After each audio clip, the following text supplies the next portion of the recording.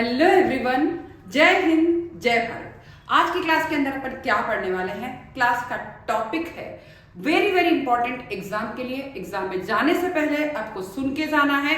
मेरी हर एक GK GS की क्लास को सिर्फ आपको ऑडियो सिस्टम पे सुनना है, और ऑडियो सिस्टम पे अगर आपने एग्जाम में जाने से पहले 2 से 3 बार सुन लिया तो आपको जीके जीएस में पास होने से कोई नहीं रोक सकता। सबसे बड़ी बात कि जब भी आप रीजनिंग और मैथ से थक गए हैं तब आपको मेरी क्लासेस को सुनना है और वेरी वेरी इंपॉर्टेंट टॉपिक को पढ़ना है। बात करते हैं मौर्य साम्राज्य की। एक स्टोरी के रूप में इसको सुनते हैं। स्टोरी क्या है? सबसे पहले आपने चाणक्य का नाम सुना होगा। कौटिल्य जो थे, चाणक्य का पुत्र होने के कारण उन्हें चाणक्य कहा जाता है, और कुटिल बुद्धि, बहुत ही तीव्र बुद्धि का होने के कारण उन्हें कौटिल्य कहा जाता है। सबसे पहले बात करते हैं कि वो जो है महाधनानंद नंद वंश के जो राजा थे, उनके यहाँ जब वो उसके अंदर थे, बिरादरी के अंदर, उनकी सभा के अंदर थे, तो उनका बहुत ज्यादा जो है क्या किया गया था? अनादर किया गया था। कौटिल्य का जब बहुत अनादर किया गया था, कुटिल रूप का होने के कारण, थोड़ा सा सांवला कलर होने के कारण उनकी बहुत आलोचना की गई थी। किसी न किसी रूप में, कोई ना कोई कारण, बहुत सारे कारण लेके बहुत सारी आलोचना, जब उनको बड़ी सभा में उनका बहुत ज्यादा अनादर किया गया, तो उन्होंने, कौटिल्य ने उसी समय क्या किया? अपनी शिखा को बांध लिया और यह प्रण लिया कि जब तक मैं नंद वंश धनानंद का अंत नहीं कर दूंगा तब तक अपनी शिखा को नहीं खोलूंगा, नहीं बांधूंगा। ये प्रण उन्होंने लिया। अब बात करते, जब चंद्रगुप्त मौर्य आए तो चंद्रगुप्त मौर्य कौन थे? उनको राजा किसने बनाया? बात करते, चंद्रगुप्त मौर्य वंश के संस्थापक थे, बट उनको संस्थापक बनाने वाले कौन थे? चाणक्य। क्योंकि चाणक्य को नंद वंश को खत्म करना था और उन्होंने चंद्रगुप्त मौर्य को लाया। चंद्रगुप्त मौर्य ने जो है महाधनानंद यानी नंद वंश का बिल्कुल खत्म कर दिया, और उसके बाद चंद्रगुप्त मौर्य को किसने राजा बनाया? कौटिल्य ने। चंद्रगुप्त मौर्य के समय लकड़ी के महल हुआ करते थे, मुद्रा पर्ण चलिए करती थी, और कौटिल्य ने अपनी पुस्तक अर्थशास्त्र, सबसे बड़े ज्ञाता जो कौटिल्य थे वो मौर्य वंश के टाइम में ही हुए थे। जो उनकी पूरी अर्थशास्त्र है, अर्थशास्त्र पूरी की पूरी जो है उनकी राजनीतिक विचारों पर किस प्रकार से राजा को अपनी राजनीतियां, कूटनीतियां बनानी चाहिए, और कूटनीतियां बना के ही राजा सफल हो सकता है, और उसी सब चीजों को उन्होंने अर्थशास्त्र में लिखा। उनका अर्थशास्त्र आज भी बहुत ही इंपॉर्टेंट है, और मैगस्थनीज उन्हीं के मौर्य समय के अंदर ही आया था। जो मौर्य काल है उसके अंदर 9 से 10 राजा हुए थे। चंद्रगुप्त की जो बीवी थी दुर्धरा, उन्हीं से पुत्र हुए थे बिंदुसार, और बिंदुसार के बेटे थे अशोक। जब चंद्रगुप्त मौर्य की बात करते तो वैसे तो वो हिंदू धर्म से थे, बट बाद में उन्होंने संन्यास लेकर जैन धर्म अपना लिया। बिंदुसार उनके बेटे हुए, और बिंदुसार के जो बेटे थे अशोक महान के नाम से हम लोग उनको जानते हैं। अशोक ने जो है कलिंग विजय करी, और कलिंग विजय करके उन्होंने इतना ज्यादा दुर्दशा देखी, इतने लोगों को मरे हुए देखा कि उन्होंने अपना जीवन पूरा का पूरा खत्म करके मतलब संन्यास ले लिया और बौद्ध धर्म अपना लिया। भले उसमें बाद में बौद्ध धर्म अपना के भी उन्होंने हिंदू धर्म को पूरा अपना रखा था। ये कई सारे अभिलेखों में लिखा हुआ है। मौर्य काल के अंदर जो मुद्रा चलती थी वो पर्ण चला करती थी। उस समय राजा, मैंने बता ही दिया, लकड़ी के जो महल थे वो थे, और लकड़ियों की अधिकतर बिल्डिंग हुआ करती थी। और कौटिल्य ने ही पूरा का पूरा मौर्य साम्राज्य का संस्थापन किया। कुछ इंपॉर्टेंट क्वेश्चंस लेते हैं। मौर्य साम्राज्य की स्थापना किसने करी है? चंद्रगुप्त मौर्य ने। मौर्य साम्राज्य की स्थापना चंद्रगुप्त मौर्य ने करी। मौर्य साम्राज्य में प्रचलित मुद्रा का नाम क्या था? पर्ण। मौर्य साम्राज्य में प्रचलित मुद्रा का नाम था पर्ण। अशोक का उत्तराधिकारी कौन था? अशोक का उत्तराधिकारी कुणाल था। देखिए, चंद्रगुप्त का बेटा बिंदुसार का बेटा अशोक का बेटा कुणाल था। ठीक है। मुद्रा राक्षस का लेखक कौन थे? मुद्रा राक्षस के जो लेखक थे वो कौन थे? विशाख दत्त। मुद्रा राक्षस के लेखक थे विशाख दत्त। वह व्यक्ति कौन है जिसका नाम देवान प्रियादर्शी भी था? देवान प्रियादर्शी मौर्य सम्राट अशोक का नाम था। कौटिल्य किसका प्रधानमंत्री था? कौटिल्य चंद्रगुप्त मौर्य का प्रधानमंत्री था। कलिंग विजय के बाद अशोक महान ने किस धर्म को अंगीकार कर लिया? बौद्ध धर्म को अपना लिया था। चंद्रगुप्त के शासन विस्तार में किसने मुख्य रूप से मदद करी? चंद्रगुप्त के शासन विस्तार में चाणक्य, कौटिल्य ने करी। सांची स्तूप किस कला व मूर्ति कला का निरूपण करता है? सांची स्तूप बौद्ध कला, सांची स्तूप बौद्ध धर्म का निरूपण करता है। सम्राट अशोक की वह पत्नी कौन थी जिसने उसको प्रभावित किया था? कारुवाकी, कारुवाकी, कारुवाकी। अशोक ने अपने सभी अभिलेखों में एक रूपता से किस प्राकृत का प्रयोग किया है? मागधी का, मागधी का।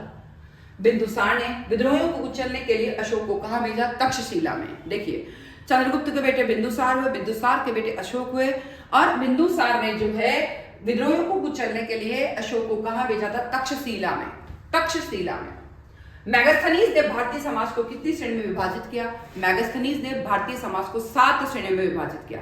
मैगस्थनीज ने भारतीय समाज को 7 श्रेणी में विभाजित किया। कौटिल्य के अर्थशास्त्र में किस पहलू पर सबसे ज्यादा प्रकाश डाला गया है? कौटिल्य ने अर्थशास्त्र की रचना करी और सारी राजनीतिक कूटनीतियां उन्होंने बताई थी कि किस प्रकार से एक राजा इतनी सारी कूटनीतियां अपनाकर एक सफल राजा बन सकता है। तो कौटिल्य को इसीलिए ही कौटिल्य, कुटिल बुद्धि, बहुत तेज बुद्धि होने के कारण इसलिए राजनीतिक नीतियां लिखी है उसमें। पाटलिपुत्र को किस शासक ने सर्वप्रथम अपनी राजधानी बनाया था? चंद्रगुप्त मौर्य ने पाटलिपुत्र को अपनी राजधानी बनाया। चंद्रगुप्त मौर्य ने पाटलिपुत्र को अपनी राजधानी बनाया। चंद्रगुप्त मौर्य ने पाटलिपुत्र को अपनी राजधानी बनाया और कौटिल्य को अपना प्रधानमंत्री बनाया। पाटलिपुत्र में स्थित चंद्रगुप्त का महल किसका बना था? पाटलिपुत्र में स्थित चंद्रगुप्त का महल लकड़ी का बना था। गया जिला की गुफाओं का उपयोग किसने आश्रय के रूप में किया? आजीविकों ने। किस अभिलेख से यह साबित होता है कि चंद्रगुप्त का प्रभाव पश्चिम भारत तक फैला हुआ है? जो जूनागढ़ का अभिलेख है, रुद्रदमन का, जूनागढ़ का अभिलेख में यह साबित होता है कि चंद्रगुप्त का प्रभाव पश्चिमी भारत तक भी फैला हुआ था। केवल वह स्तंभ जिसमें अशोक ने स्वयं को मगध का सम्राट बताया, कौन सा है? भाब्रू स्तंभ। भाब्रू स्तंभ पे लिखा हुआ है कि वह मगध का भी सम्राट है। अर्थशास्त्र का लेखक समकालीन कौन था? चंद्रगुप्त का समकालीन था। अर्थशास्त्र किसने लिखा? चंद्रगुप्त, कौटिल्य ने। और कौटिल्य कब था? कौटिल्य चाणक्य कब था? चंद्रगुप्त मौर्य के समय, और चंद्रगुप्त मौर्य के समय ही अर्थशास्त्र लिखा गया। नंदवंश के पश्चात मगध पर किसने राज्य किया? मौर्य ने। क्योंकि नंदवंश को खत्म करके, महापद्मानंद, धनानंद को खत्म करके कौटिल्य ने चंद्रगुप्त को राजा बनाया। मौर्य काल में शिक्षा का सर्वाधिक प्रसिद्ध केंद्र क्या था? मौर्य काल में शिक्षा का सबसे प्रसिद्ध केंद्र तक्षशिला था। मौर्य काल में शिक्षा का प्रसिद्ध केंद्र तक्षशिला था। मौर्य काल में शिक्षा का प्रसिद्ध केंद्र तक्षशिला था। मैगस्थनीज की पुस्तक का नाम क्या था? मैगस्थनीज की पुस्तक का नाम इंडिका था। मैगस्थनीज की पुस्तक का नाम इंडिका था। मैगस्थनीज की पुस्तक का नाम इंडिका था। किसके ग्रंथ में चंद्रगुप्त मौर्य का विशिष्ट रूप से वर्णन हुआ है? वह विशाख दत्त, कि जिसके ग्रंथ में चंद्रगुप्त मौर्य का सबसे ज्यादा विशिष्ट रूप से वर्णन किया गया है, विशाख दत्त। वह स्रोत जिसमें पाटलिपुत्र के प्रशासन का वर्णन उपलब्ध है, इंडिका। वह स्रोत जिसमें पाटलिपुत्र के प्रशासन का वर्णन का उपलब्ध है, इंडिका। वह स्रोत जिसमें पाटलिपुत्र के प्रशासन का वर्णन है, इंडिका, इंडिका। किसके शासनकाल में डिमेकस भारत आया? बिंदुसार के। किसके शासनकाल में जो है किसके शासनकाल में डिमेकस भारत आया था? बिंदुसार के। किसके शासनकाल में डिमेकस भारत आया था? बिंदुसार के।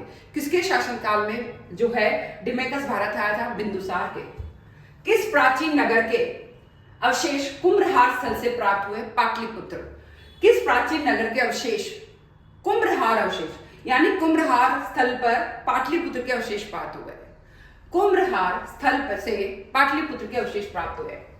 कुलंदी बाग प्राचीन स्थान था पाटलिपुत्र का।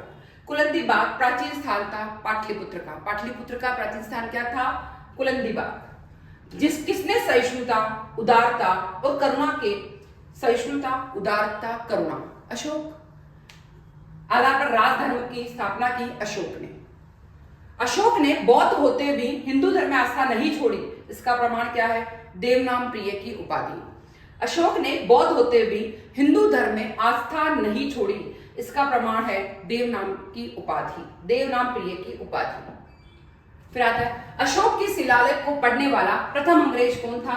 अशोक के शिलालेख को पढ़ने वाला प्रथम अंग्रेज था जेम्स प्रिंसेप। प्रथम अंग्रेज कौन था? James Prinsep. और ये क्वेश्चन यूपीएससी में भी आया हुआ है, मेंस में भी, प्री में भी, आईएएस प्री में भी आया हुआ है, इसलिए मैंने लिख दिया है। केवल वह स्तंभ जिसमें अशोक ने स्वयं को मगध का सम्राट बताया, भाब्रू स्तंभ, भाब्रू। मौर्य काल में शिक्षा का सर्वाधिक प्रसिद्ध केंद्र तक्षशिला था। अंतिम मौर्य सम्राट था वृहदत्त। वृहदत्त मतलब अशोक के बाद के जो सम्राट है इतने कुशल और जो है बहादुर नहीं थे। वृहदत्त सबसे लास्ट शासक था। उत्तराखंड में अशोक का एक शिलालेख स्थित है कालसी में। उत्तराखंड में भी कालसी में अशोक का शिलालेख है। उत्तराखंड के कालसी में अशोक का शिलालेख है। मौर्य काल में शिक्षा का सर्वाधिक प्रसिद्ध केंद्र तक्षशिला। अंतिम मौर्य सम्राट वृहदत्त। उत्तराखंड में अशोक का शिलालेख कालसी। सांची का स्तूप किसने बनवाया? अशोक ने। प्राचीन भारत का वह प्रसिद्ध शासक जिसने अपने जीवन के अंतिम दिनों में जैन धर्म को अपना लिया, हिंदू था, बाद में जैन धर्म को अपनाया, चंद्रगुप्त मौर्य। और हिंदू होते हुए, क्षत्रिय होते हुए भी बाद में उसने बौद्ध धर्म अपनाया, अशोक। कलिंग युद्ध की विजय व क्षत्रियों का वर्णन अशोक के किस शिलालेख में है? शिलालेख ये कौन सा हो गया? 10, 11, 12, 13, शिलालेख 13 में। प्रसिद्ध यूनानी राजदूत है मैगस्थनीज। यूनानी राजदूत मैगस्थनीज। यूनानी राजदूत है मैगस्थनीज। किसके दरबार में आए थे? चंद्रगुप्त मौर्य के। चंद्रगुप्त मौर्य के। फिर आता है चंद्रगुप्त मौर्य ने सेल्यूकस को कब पराजित किया? 305 ईस्वी पूर्व में। चंद्रगुप्त मौर्य ने कब पराजित किया था सेल्यूकस को? 305। और उसकी बहन हेलेना से शादी कर ली। उसकी बहन हेलेना से शादी कर ली। दुर्धरा पहली पत्नी, फिर हेलेना। बहुत ही सुंदर थी हेलेना, सेल्यूकस की बहन। ठीक है। फिर भारतीय लिखने की कला नहीं जानते, ये किसकी उक्ति है? मैगस्थनीज की। भारतीय लिखने की कला नहीं जानते, ये किसने लिखा है? मैगस्थनीज। मौर्य काल में गुप्तचरों को क्या कहा जाता था? गुड़ पुरुष। मौर्य काल में जो गुप्तचर होते थे, बहुत ही गुप्तचर साफे बांध के और वेश बदल के ब्राउन और शोल ओढ़ के घुमा करते थे और क्या चल रहा राज्य में जनता से मिला करते थे, उनको क्या कहा जाता? गुड़ पुरुष। अशोक का समकालीन तुर्मय कहाँ का राजा था? अशोक का समकालीन तुर्मय मिस्र का राजा था। अशोक का समकालीन तुर्मय मिस्र का राजा था। किस ग्रंथ में शूद्रों के लिए आर्य शब्द का प्रयोग हुआ है? कौटिल्य के अर्थशास्त्र में शूद्रों के लिए आर्य शब्द का प्रयोग हुआ है। कौटिल्य के अर्थशास्त्र में शूद्रों के लिए आर्य शब्द का प्रयोग हुआ है। कौटिल्य द्वारा रचित अर्थशास्त्र कितने अधिकरणों में विभाजित है? कौटिल्य द्वारा रचित अर्थशास्त्र 15 अधिकरण में विभाजित है। 15 में विभाजित है। 15 में। अशोक ने 200 ईस्वी पूर्व में कलिंग को जीतने के बाद क्या किया? उसने कलिंग का जब हाहाकार देखा, इतनी मौतें देखी, तो उसने क्या कर दिया? भारी रक्तपात देखा। तो कलिंग विजय के बाद उसने सब कुछ त्याग कर बौद्ध धर्म अपना लिया। बौद्ध धर्म अपना लिया। क्या अपना लिया? बौद्ध धर्म अपना लिया। अशोक ने श्रीलंका में बौद्ध धर्म का प्रचार हेतु किसे भेजा? महेंद्र और संघमित्रा को। अशोक ने बौद्ध धर्म के प्रचार हेतु श्रीलंका में किसको भेजा? महेंद्र और संघमित्रा को। अशोक के मनसेरा, पाकिस्तान, शहबाजगाड़ी से प्राप्त वृक्ष शिलालेखों में किस भाषा का प्रयोग है? खरोष्ठी का। मतलब उस टाइम तो दोनों एक ही थे, तो अब जो है पाकिस्तान के अंदर भी मनसेरा और शहबाजगढ़ी के अंदर भी इसका शिलालेख है। कौन सी भाषा है? खरोष्ठी।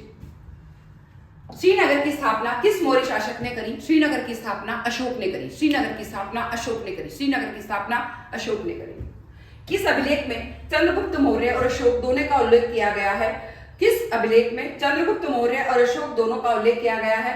महाक्षत्रप रुद्रदमन का जूनागढ़ अभिलेख। जूनागढ़ अभिलेख के अंदर चंद्रगुप्त मौर्य और अशोक, चंद्रगुप्त मौर्य और अशोक, दादा और पोते दोनों का वर्णन किया गया है। दादा और पोते दोनों का वर्णन इसके अंदर किया गया है। तो इस तरीके से मैंने आज जो मौर्य शासक है, सबसे पहले धनानंद का अंत करके कौटिल्य ने अपना पढ़ लिया कि मैं जब तक इसका अंत नहीं कर दूंगा मैं चैन से नहीं बैठूंगा। तो उन्होंने मौर्य साम्राज्य की स्थापना चंद्रगुप्त मौर्य को अपना शासक बनाया, प्रशासन चंद्रगुप्त मौर्य को राजा बनाया। फिर चंद्रगुप्त मौर्य आए, उसी के समय उन्होंने लकड़ी के महल बने थे, पण मुद्रा उन्होंने चलवाई। अर्थशास्त्र के रचयिता कौटिल्य थे। और वहाँ जो गुप्तचर घुमा करते थे उनको गुड़ पुरुष कहा करते थे। और उन्होंने राजनीति के बारे में ही अर्थशास्त्र में लिखा, सब कुछ अर्थशास्त्र में लिखा है। तो इस तरीके से आज की क्लास मौर्य साम्राज्य के लिए, केवल मौर्य साम्राज्य के बाद की जो क्लास है वो बाद में लूंगी कि मौर्य साम्राज्य के बाद क्या क्या हुआ। 321 ईस्वी पूर्व तक का ही पढ़े अपन ने, मतलब मौर्य साम्राज्य के खत्म होने के बाद की बातें बाद में पढ़ेंगे, लास्ट शासकों की बाद में अगली क्लास में पढ़ेंगे। क्लास कैसी लगी है जरूर कमेंट करें। जाते जाते सब्सक्राइब लाइक जरूर करना है। आगे क्लास क्या पढ़नी है वो जरूर कमेंट करें। जय हिंद, जय भारत।